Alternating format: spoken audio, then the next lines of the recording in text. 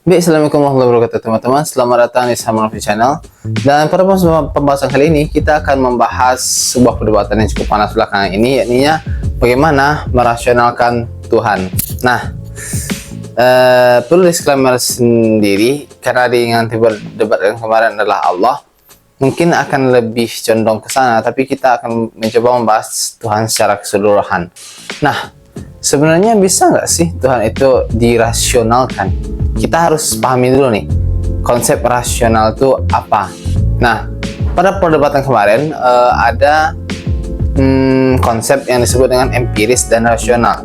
Kalau empiris berarti bisa diindrakan, maksudnya itu sesuatu yang bisa kita sentuh, kita lihat, kita pegang, kita dengar, atau bahkan kita rasakan dan cicipi, itu disebut dengan empiris. Nah, sedangkan rasional sendiri berasal dari bahasa Latin Romawi yang yakninya radition atau raditional, yang artinya segala sesuatu yang kita dapatkan melalui penalaran akal dan sampai sesuatu tersebut masuk akal dan berdasarkan rasio dan pendekatan deduktif gitu. Nah, itu yang disebut dengan rasional. Nah, kita masuk ke pokok bahasanya nih. Apakah Tuhan bisa diempiris? Apakah Tuhan bisa dirasakan dengan panca indera? Nah, kita di luar konteks sufi ya. Kita akan membahas yang pertama, kita pegang. Bisa nggak Tuhan kita pegang? Nggak bisa. Bisa nggak Tuhan kita lihat? Juga nggak bisa sih. Bisa nggak Tuhan kita dengar? Apalagi kita raba dan cipi? Ya, tentu saja nggak bisa, karena Dia adalah Tuhan. Nah, tapi pernah bertanya nggak Tuhan itu apa? Cukup pertanyaan yang tepi jurang ya. Tapi itu merupakan pertanyaan yang paling awal dalam filsafat, karena filsafat setelah mempelajari tentang alam, dia bertanya, siapa sih pencipta semua ini? Siapa nih Tuhan? Ketika itu orang sedang percaya dengan mitologi Skandinavia, yang artinya mitologi Nordik tentang dewa Thor yang menurunkan hujan dan petirnya.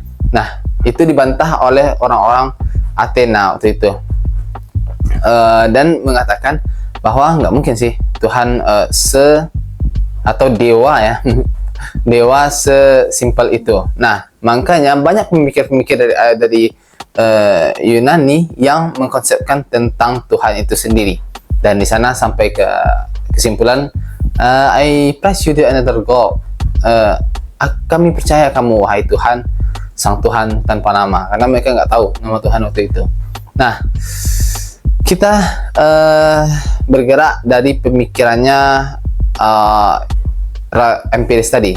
Maksudnya Tuhan atau yang paling tinggi, entitas paling tinggi, itu benar-benar nggak bisa dirasakan, nggak bisa diinderakan, karena itu merupakan sesuatu yang kalau dalam Islam gaib atau tak kasat mata atau halus gitu, seperti halnya jin, setan, apalagi malaikat. Nah, sekarang kita masuk nih konsep rasional. Apakah Tuhan bisa rasional? Nah, kita bagi dulu. Ada dua konsep tentang Tuhan. Yang pertama wujudnya, yang kedua adalah zatnya. Ketika kita mengatakan wujud Tuhan, maka kita akan mempertanyakan apakah Tuhan itu ada. Nah, apakah Tuhan itu ada? Kita akan pakai konsep kausalitas, yakninya kalau alam semesta ini ada, berarti ada dong penyebabnya. Kalau dalam katanya Aristoteles, bahwa Tuhan sang pemikir pertama, penggerak pertama, atau penyebab pertama. Nah, kalau kita pakai hukum kausalitas, maka segala sebab itu disebabkan oleh penyebab. Nah, sebabnya bumi ini kita sudah belajar sendiri dari sains yang dinamakan Big Bang kan. Sesuatu ledakan yang sangat besar terjadi di alam semesta, awal penciptaan alam semesta, detik-detik pertama penciptaan alam semesta.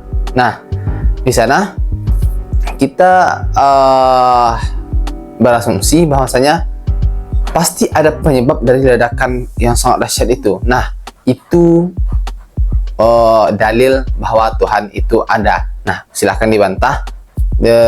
Saya disclaimer bahwa konten ini membuka forum diskusi, terbuka untuk diskusi, bukan berarti yang semua saya katakan benar, boleh disanggah tapi pakai argumen, bukan pakai sentimen. Oke, kita lanjut. Sekarang sudah temukan nih, pasti sebab dari dunia ini ada penyebab. Nah, itu disebut dengan Tuhan. Mau apapun seperti Allah dalam Islam, yang walaupun itu dalam bahasa Smith artinya Tuhan juga, atau God, atau bagi Kristiani ya, Yesus atau Yesus. Di agama lain juga banyak seperti Shinto, Buddhis segala macam, yang artinya kita pasti berujung kepada segala sesuatu pasti berasal dari ketiadaan. Nah, tapi ada aneh nih, kalau dia berasal dari ketiadaan, siapa dong yang mengadakan dirinya? Dirinya sendiri. Ya, mungkin itu kuasa Tuhan. Karena kalau bisa dibilang nggak mungkin ya, kemungkinan kita hanya kemungkinan dunia, kemungkinan manusia, bukan kemungkinan dari Tuhan gitu. Nah, kita lanjut. Sekarang masuk akal nggak?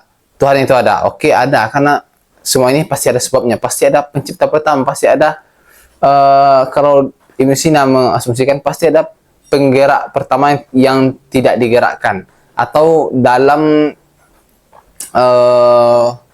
bukunya si René Descartes mengatakan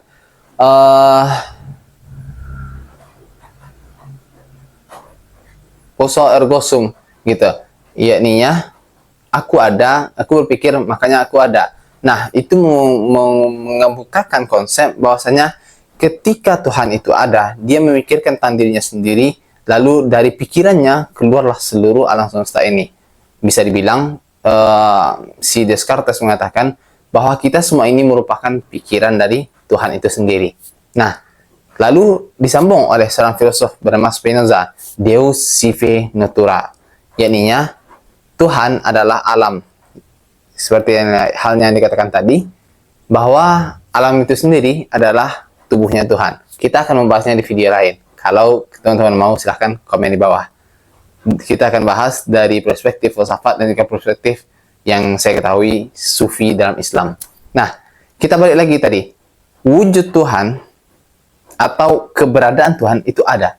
Karena masuk akal, segala sesuatu harus ada titik pertamanya, harus ada permulaannya. Tapi, teman-teman, zatnya Tuhan itu nggak bisa dirasionalkan. Karena mau bagaimana? Gak ada zat yang setara dengan zat Tuhan di dunia ini. Karena bisa dibilang, dunia itu sendiri tercipta dari zatnya Tuhan itu sendiri. Nah, atau mungkin dalam sains kita mengenal yang namanya antimaterial. Yakninya materi yang ketika, bukan antimateri itu komponen atau zat yang ketika bertemu dengan materi akan menyebabkan ledakan besar. Bisa aja ketika zat tersebut dicantumkan ke dalam materi, itulah penyebab Big Bang pertama.